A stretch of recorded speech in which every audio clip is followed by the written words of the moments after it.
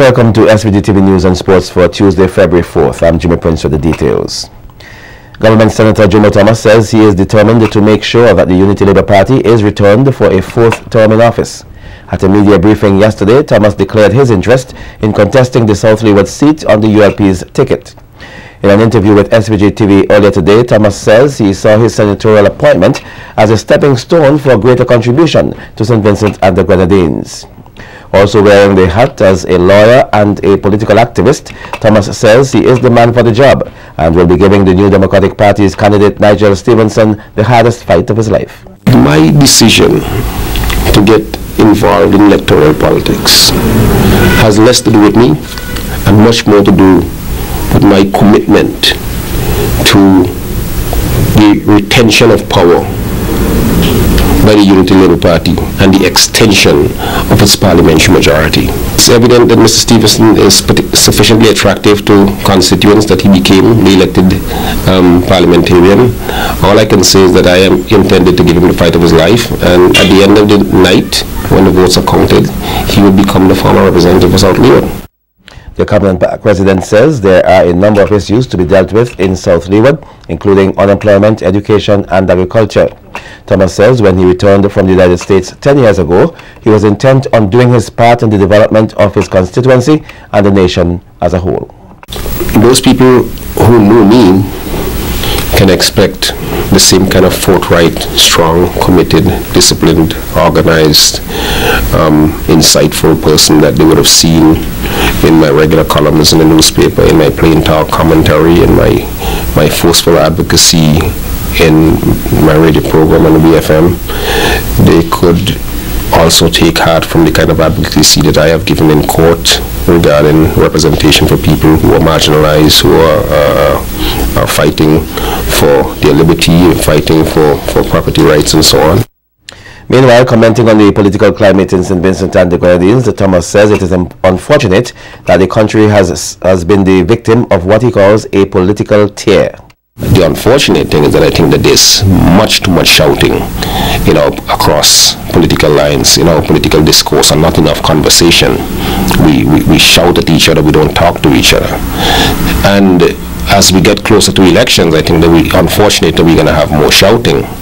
I am not a shouter, so you can be sure that I would concentrate on addressing issues and concerns facing people in the country, putting a stark contrast between the Unity Labour Party, which I intend to contest the South Leeward seat for, and the Democratic Party, which is trying to wrest control of the country from us.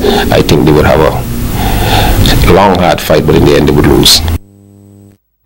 Thomas admits that his announcement to run for political office has been met with mixed reactions from members of the public. Some of it very supportive, others comments very negative. Some of the comments are ridiculous, but that is the nature of the beast of the year. And if some people support you politically, they probably will be more kind to you. Those people who don't support you or don't support the party that you are aligned with, they are less charitable with their words. Meanwhile, supporters of the ruling Labour Party, that should be Unity Labour Party administration, have been told to be on their guard and to be prepared to vote when the general elections date is announced. Delivering remarks at his party's convention on Sunday, the party leader, Prime Minister Dr. Ralph Gonsalves, told the party faithfuls that if they would like to see the ULP in office for a fourth term, they cannot stay at home. They must come out and vote when the bell rings. You got to vote. You got to organize. I tell you this, the NDP, even without James Mitchell supporting them, even without Frank De Silva making the case for them, might still reach in the region of 40% of the vote. You can't take no chance. You can't take no chance. You're alive. Then you have to start now to get your family and friends to be organized inside of the party. The constituency reps have to be very active. Dr. Gonzalez says very soon his party will be sorting out the candidates for the various constituencies. I want to say this. I don't want us to have a big basa-basa in any constituency.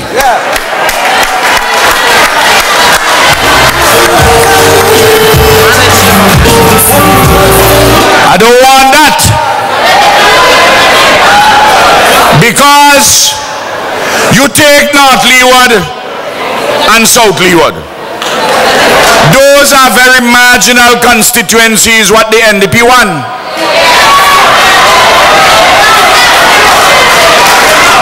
Those are easy to come back home. But it will be more difficult to bring them back home if we have confusion as to who is the candidate. The government of St. Vincent and the Grenadines is not responsible for paying severance to dismissed Opposition Secretary Rishanta Nichols. This was said by Prime Minister Dr. Al Gonzalez while speaking at his party's 20th Annual National Convention on Sunday. Dr. Gonzalez says though Nichols was being paid from subventions from the government, she was not an employee of the government, and as a result, the opposition leader Annem Eustace is responsible for paying her severance. All he needs to do is to consult a half-decent lawyer, and the lawyer will say to him, Miss Nichols was not employed with the government of St. Vincent and the Grenadines, even though the government was paying her. An employment relationship is more than who pays you. The employer is the NDP. The employer is Eustace. The only way the government would be responsible is if the government fired her. If he had written to me and say, I am contemplating firing this woman for the following reasons, and could you give your okay, because just in case you might have to pay, I will tell him, no, you can't fire the woman, so if you fire her, you have to give her severance pay. I would advise him. But when at the inquiry he said that the straw that broke the camel's back is when the woman came to ask me for my opinion about something relating to her salary. What do you make of this fella? Nichols was served a dismissal letter in March of 2013 for a number of reasons, including loss of confidence. However, the Labour Department last year ordered her former employer, the leader of the opposition New Democratic Party, Annem Eustace, to pay Nichols just over $16,000 in severance. The matter is said to be ongoing and is still before the court. In other news, a one-day consultation was held here earlier today to discuss a new regional project, the Eastern Caribbean Marine Management Areas Network, that is being implemented here. Funded by the International Climate Initiative, the project aims to establish a network of effective marine managed areas that provide for improved livelihood opportunities to persons living in and around them, with actions in the 6 OECS countries. Director of the National Parks, Rivers and Beaches Authority, Andrew Wilson, said the project will contribute to biodiversity and protected areas in St. Vincent and the Grenadines. The overarching ECMAN project goal is to establish an ecologically representative, socio-economically beneficial, climate resilient and effectively managed Eastern Caribbean Marine Management Areas Network that will be designed to protect and improve the health of our nearshore and coastal habitats so that these can provide the ecosystem services needed for sustainable livelihoods and economies. Program Manager of the Nature Conservancy of the Eastern Caribbean, Dr. Sherian Constantine, said that political leaders of the region have pledged to conserve 20% of the marine environment by 2020. Dr. Constantine commended SVG for its proactive approach to meeting this target. The OECS countries that are signatory to this initiative are St. Vincent and the Grenadines, St. Lucia, Antigua and Barbuda, and St. Kitts and Nevis, and also Grenada. Along with the conservation of 20% of the nation marine coastal environment by 2020, they also propose to create a National Conservation Trust Fund, and this project has been ongoing for the last maybe 2 years in St. Vincent and the Grenadines. And the program officer in the OECS Secretariat, Joan Villan, says she is confident that all stakeholders will benefit from today's consultation. The establishment of new marine management areas and enhancing of existing ones, as well as the implementation of the sustainable livelihoods component that the OECS will be spearheading, will, among other outputs of the project, assist in conserving the marine and coastal ecosystems and ensuring the provision of ecosystems, goods and services.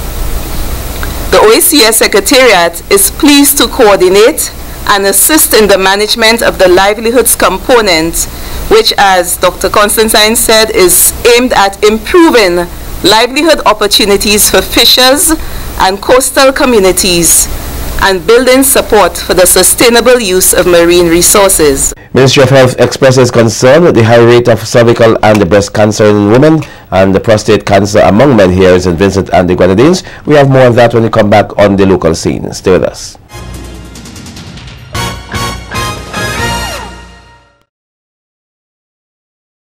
Welcome back. We continue on the local scene. St. Vincent and the Grenadines today joined the international community to observe World Cancer Day. World Cancer Day 2014 is being held under the theme Debunk the Myths.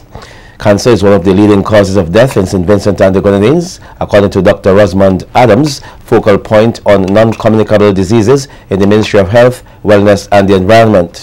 Dr. Adams says the myths surrounding cancer create a hindrance in the battle to decrease the number of cases of cancer and the number of people who die from it each year. She said, for example, many people believe that cancer care is only for the rich, and while cancer treatment tends to be a bit costly, the Ministry of Health and the Environment has recognized that it has an important role to play in providing drugs and chemotherapy to cancer patients, ensuring that everyone can exercise their right to cancer care. He said the ministry is particularly concerned about the high rates of cervical and breast cancer in women and prostate cancer among men. The ministry is therefore encouraging women to do their pap smears and mammograms and men to do their prostate cancer screening. Prime Minister Dr. Ralph Gonsalves says he expects a report from the Housing and Land Development Corporation by tomorrow in relation to labor costs for the reconstruction of houses which were damaged by the December trough system. They provided some general kind of numbers. I don't want general numbers. I want specific numbers in specific locales in relation to the specific houses which have been damaged or destroyed. And we don't have to gather all the information in that regard at one time, but we get what we have, we proceed in addressing the matter, and we have a proper work program which we can lay out to the people. Dr. Gonsalves says the government has a fairly good amount of building materials in possession, but that a substantial amount of money will be needed for labor which he himself will source. He's, however, advising persons who will receive materials to repair their homes to put the materials to good use. I mean, it's, if you're going to do that, it defeats the purpose. Because we're giving it to repair your house.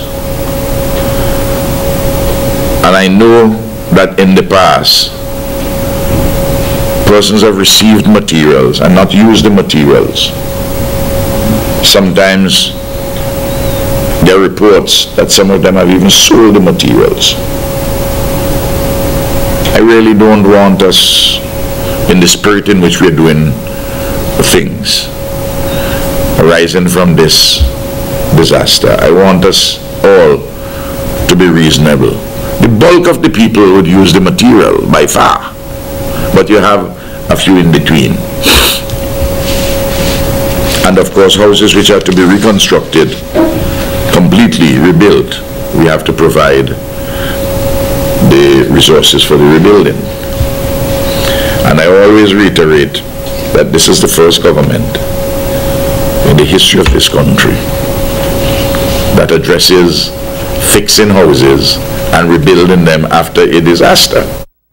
The Customs and Excise Department has made a donation to the local Red Cross towards the relief efforts here following the December 2013 floods. The presentation was made by President of the Customs Association, Sandra Noel, to President of the Red Cross, Bernard Morgan. Whatever we are handing over here today, I hope it would go a long way to feed persons. We have foodstuff, and we have some toiletries, and we have clothing. We pray that whoever we give these things to, that their heart would be touched from we at the Customs and Excise Association. So on behalf of all of us here at the Customs House, I would like to present our supplies to you and your staff. Morgan expressed thanks to the Customs Department for its generous donation. I see this as an act of love and compassion. And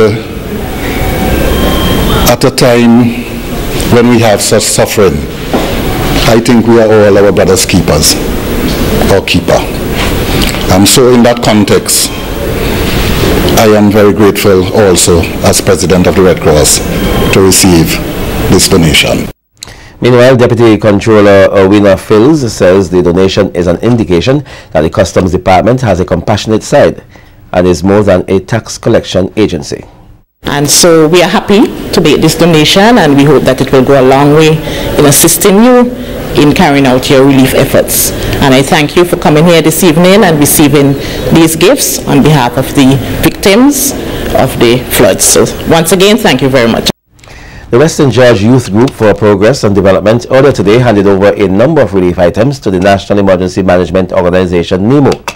At the handing over ceremony, the president of the group said they felt the need to assist those who were affected by the disaster.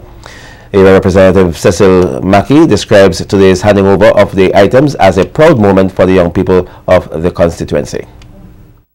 It was their initiative to make an appeal to persons throughout St. Vincent and the Grenadines to assist in this collection of items, which consists of clothing, food items, dry goods, and the persons responded. The young people themselves, they came forward with contributions, and they were able to gather 3 barrels of items, which they are now donating to the NEMO and the Red Cross here in St. Vincent and the Grenadines. It is very important that they utilize the national mechanism which is dealing with the relief efforts here in St. Vincent and the Grenadines, and that is why the collection was done, and it is now being handed over to the national mechanism, which is NEMO, under which the Red Cross also operate, and this therefore will then be distributed to persons in need throughout the length and breadth of St. Vincent and the Grenadines in the areas that were affected.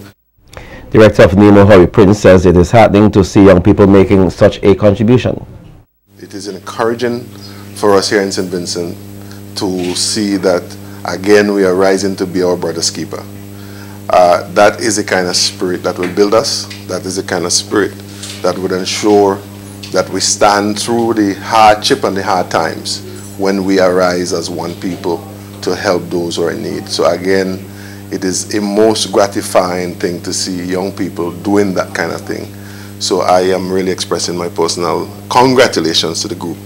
As Anne has already said, thanks on behalf of NEMO. So congrats to you, and let this be the start of something great coming out of West St. George in relation to you finding other projects that could benefit people at your constituency level, but also nationwide. It is the best thing that you can do. You will find the best satisfaction at the end of the day.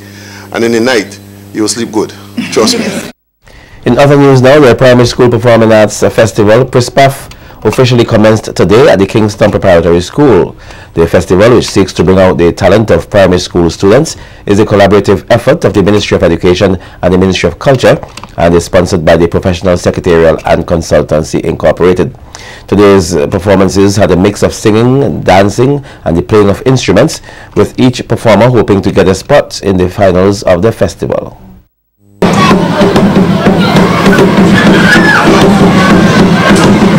Jesus, take me here, take it from my hands, 'cause I can do this all my life.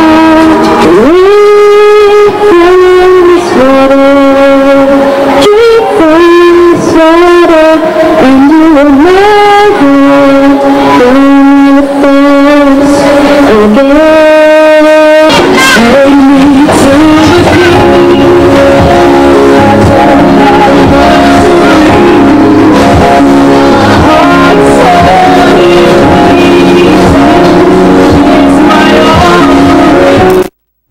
Drama Officer in the Ministry of Culture, Martin Kwashi, explained the importance of children developing their talents at a young age, which he said the competition is all about. To start to train our young ones when they are small, from the kindergarten straight up. And this is where we discover the talents of our students in the primary school, so we can nurture them so that when they become big women and men, so to speak, when I say big, I mean, you know, as in size, and so when they go up, then they can have a career in either dancing, singing, doing pop music, hip hop, whatever you want to do when you grow up.